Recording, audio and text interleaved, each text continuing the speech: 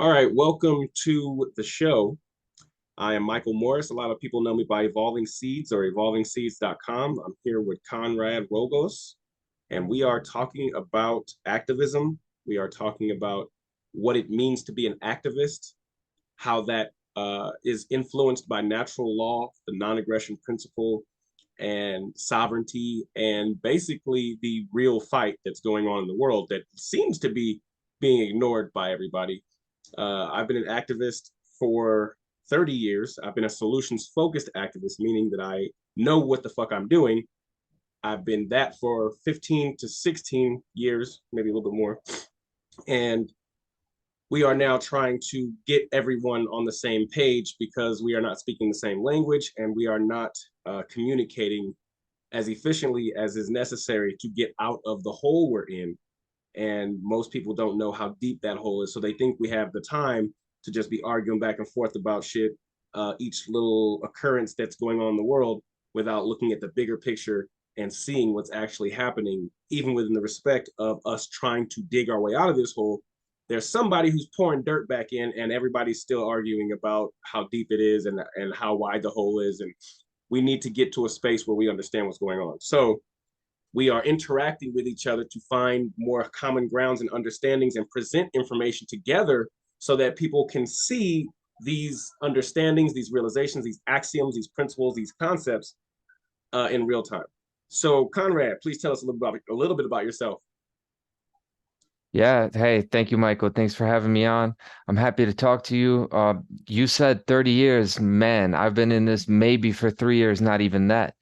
But, I'm just go coming in heavy to try to make up for lost time. And just like you said, we need to get together quick. And we're gonna once we do that and we're really honest with each other and really express each other freely, express ourselves freely, we're gonna realize we got a lot in common. And once we get over that, once we get over the initial arguments or this person believes that, this person thinks this, maybe, we don't instantly gel at first. Once we get over that, we're gonna realize, okay, we are pretty similar and our loved ones need us, the world needs us, and we've got a whole lot of work to do. So, Right. And part of that too is it's cool the way you said that because we do need to have um, an understanding coming forward because as we get to know what the problems are, we realize more and more that they have nothing to do with these trivial bullshit ass identities, beliefs. The core of what we need, which is freedom, food, and water, is is something that we can manage without argument, without we can grow consensus on these things. We can save the discussions, we can table the discussions about all this other shit once we get this understood, because if we get this understood, then everybody can have their understanding moving forward, as opposed to trying to rush forward with no understanding and then arriving somewhere that they don't necessarily want to be. So one of the things that I talked with Konrad about is we wanted to play a little bit about someone who influenced us. And as an activist, I've been an activist for a hardcore activist since I was about 4 or 5 years old. But hardcore, and this is something I've been talking about more and more within the activist community and movements, is that hardcore, uh, gung ho, uh, adamant doesn't equal informed. And though I was in an alignment and I was reaching and walking the path of truth, I was one of these people who reached out and grabbed a hold of conspiracy theories and investigated them. And I had to prove to myself that I could see this information or come across this information and deduce for myself the validity or veracity or the truthfulness of this information. And so as I approached the path, or as I approached the emerging aspects of the path, I did get consumed by certain aspects because it's hard to tell where fact and fantasy diverge because of how fucked up this whole situation is and how it's been brewed, stewed, and manufactured that way. But as I've gone through that, I realized early on that these were little rabbit holes that were infinite. They were just popping them up. And now, as somebody who is on TikTok as a TikTok creator, I can see these rabbit holes are deliberate. Like the flat Earth. I'm not saying that the Earth is flat or a sphere or a disc or a triangle. I'm saying that the conversation about it is architect is manufactured. it's not something that is something that we really would be otherwise talking about under the context of how tyrannically overlord ruled we are right now. Like we can have Right. that discussion, but right now there are more pressing things to get through, Exactly. priorities essentially. So I'm going to play a snippet from somebody who has influenced us, Mark Passio. I came across his work for the first time during a breakdown he did of the Matrix movies, which is really crazy Mhm. because he wasn't talking about natural law. He wasn't talking about anarchy or government being slavery or any of that, which I already knew and lived that life. But he Mhm. broke down a movie that I loved, and I couldn't believe some of the things that he told me in the video. And I'm just like, I didn't know that. I watched that movie from beginning to end, and I knew certain aspects of it, but he really refined the other components. So I'm gonna play a snippet introducing him a little bit and what he does because I think Hannah Maria does it a whole lot better than we could have. So here we go.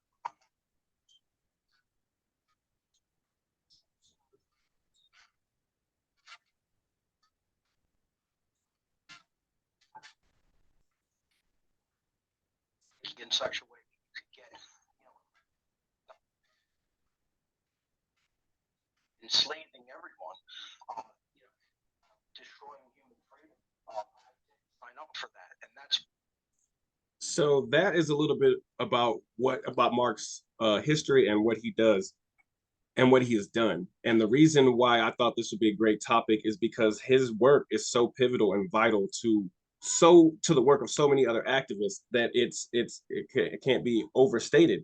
Um, for instance, in these movements, and especially in the anarchist community, we talk about rights and the imposition or the tyranny that seeks to snuff out our ability to exercise our rights.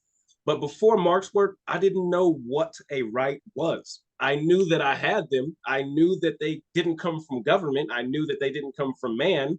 And for the most part, I imagine that they came from myself or the creation or the creator of the universe or just the absence of the negation of your inherent rights to do anything. So I had the presumption of rights because inherently I did know what were wrongs. So, but when I found Mark's work, like I said, through that description he did of the Matrix movies, that breakdown, uh, after I saw that video, which is like 2.5 hours long, I went and looked up another video, which was Streetwise Spirituality, which is a 6 hour seminar that Mark does, uh, that is about activism, essentially about spirituality, but the relation or the intersectionality, and not even intersectionality as far as we're concerned, that spirituality and activism are one and the same. And so I was introduced to what rights are, actions that don't cause any wrong to other beings. I was introduced to the refinement of what I was already living, which was natural law. My rights extend to where your rights begin. And the non-aggression principle, self-ownership. I knew about all these things, but his work really put a magnifying glass on the context which with these concepts and principles emerge from, and it refined my ability to express them. So my grammar, my logic, and my rhetoric. I had the grammar and the logic down. I had the information. I knew where a lot of information came from. I knew the veracity of information, and then my logic, or excuse me, my rhetoric, putting it back out, my output was fine for what I had at the time. When you know better, you do better. So, Conrad, how were you introduced to Mark's work, and how has it affected you? Well, how I was introduced, I was just driving my forklift. I was driving a forklift night shift at the time, and I was actually listening to Alex Jones, some Infowars. I like to put it on, sometimes I put that on. I was at the time listening to Alex for it was entertaining, and I wanted to pay attention to a little bit of what's going on in the world, but it was also fun to listen to Alex at that point. So he was just a guest on the show.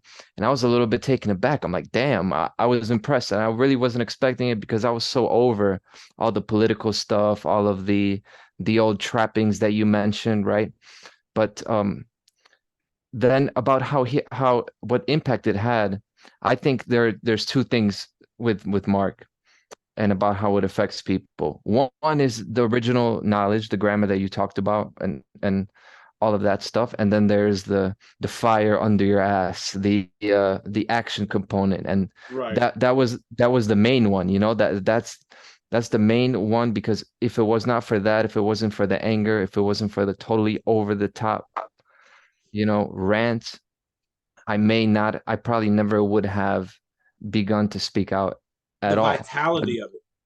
yeah, but even before we get to that, just the knowledge itself, I like the way you talked about it because I also feel that I ca- I wouldn't say I knew it definitively, that the knowledge I didn't have that knowledge in a concrete way, but I felt it, so it resonated with me. So then I heard somebody say it, and I'm like, man, this stuff is real. I thought this is just kind of the way I was, and um, Right, I at the time I would take pride in saying that I know a lot of things, that I know a lot about even the occult and things like that.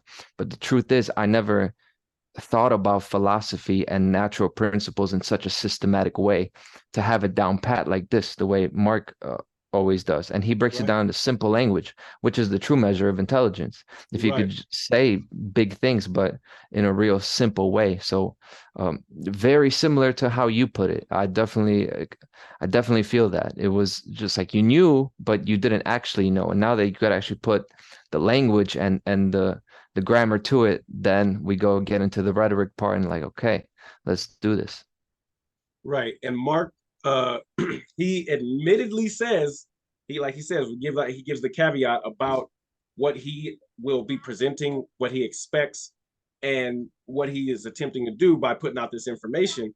And he doesn't say, believe me. Most people trying to push forward an agenda or an ideology or anything like that, they're like, just, they don't say just believe me, but they definitely don't stop you dead in your tracks and be like, hey, don't just take my word for this, because the only way that you're gonna, and that's the parts about the Matrix introduction or the Matrix breakdown that really struck me, is that he broke down the act of waking somebody up, or helping someone wake themselves up, which is a more accurate way to put it.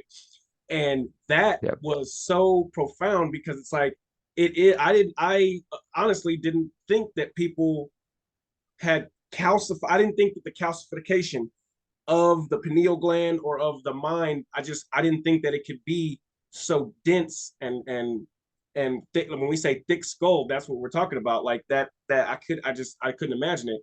And as I've grown in my life, and as the world has gotten progressively weirder and more hard to communicate with people based on how much indoctrination and how many false principles and axioms that they have taken into themselves, it's really weird. But Mark helped me understand where people's mind frame are psychologically. Like, I didn't take it personally anymore. That was another thing.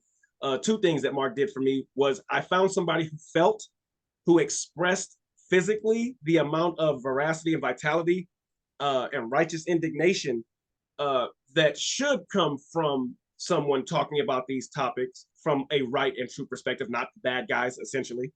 And so that was a huge thing. I was like, oh, I've never heard anybody talk about the police except me, like Mark's talking about the police. I've never heard anybody talk about the military how Mark's talking about the military. I've never heard, especially a so-called white man, never heard. It's always been take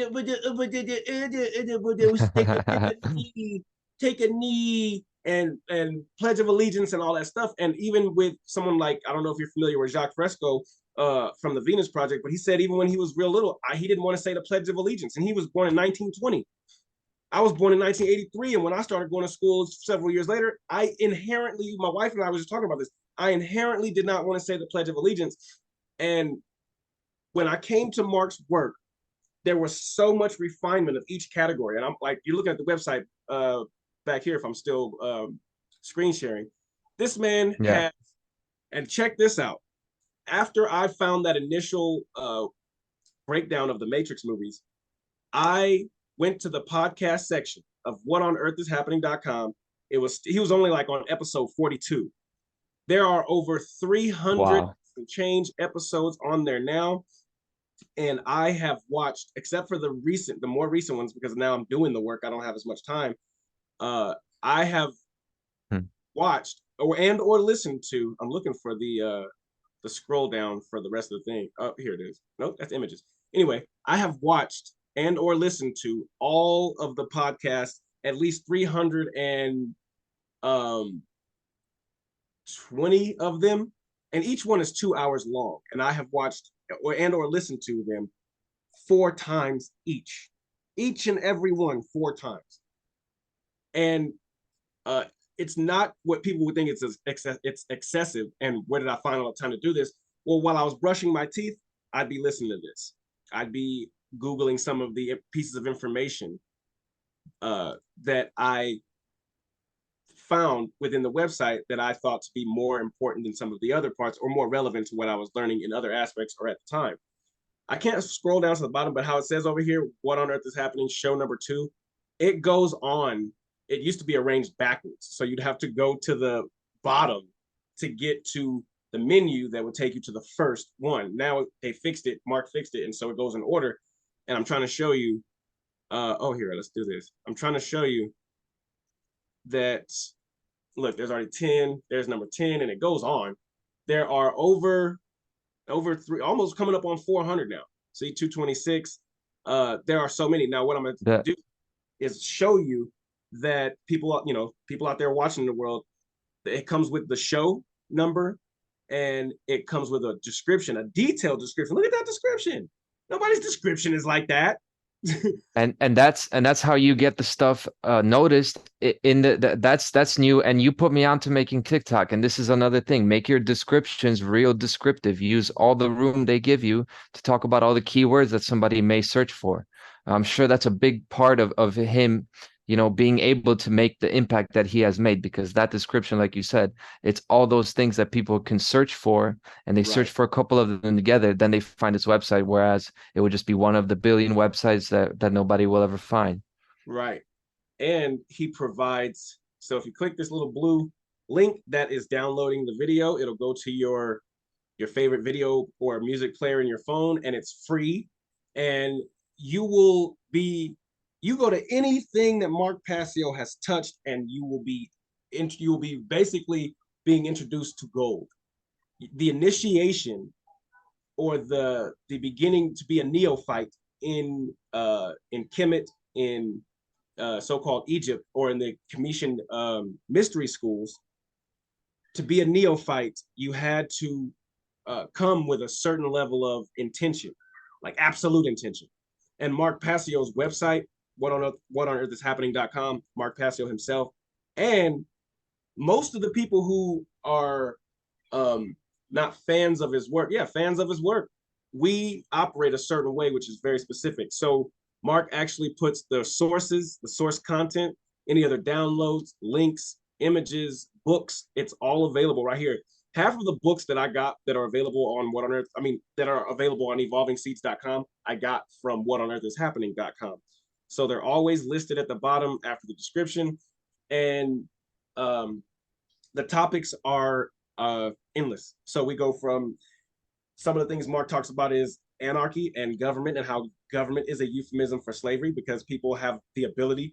Strange, that's what Mark has helped do, which is refine and filter out all the bullshit into a very specific, very relatable, very understandable dialogue that is, if strangers have authority over you just by virtue of them making shit up that says they have authority over you, then you are enslaved.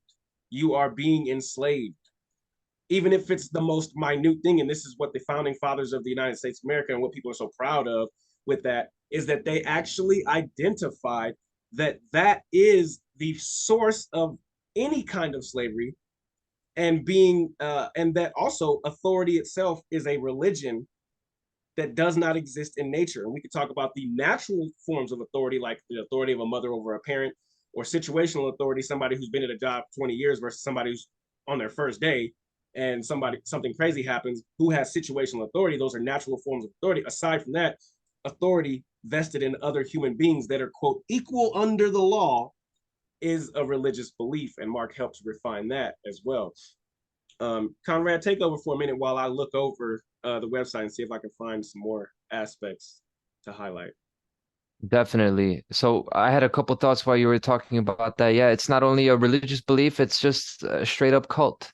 And we could go all the way into that, but it comes down to this. I like you, I haven't seen them all 3 times, but I've gone over this and seen all the information. And yes, I absolutely trust Mark's ability to narrow down the knowledge and to make accurate accurate judge not judgments, but conclusions, right? So, but he would be the first to tell you you don't need to trust his conclusions or his ability or anything like that. The information is all out there, and as you go through it, that's the arc. I have it as well, and there's no politics on the arc. It's just source material, and this is what we need to do. Konrad, what is the arc? The arc drive, amazing repository of knowledge. Not that I'm not getting any kickbacks from what on earth is happening, but I got this thing laying over there. So it's a collection. It's books, it's audio files. I can't tell you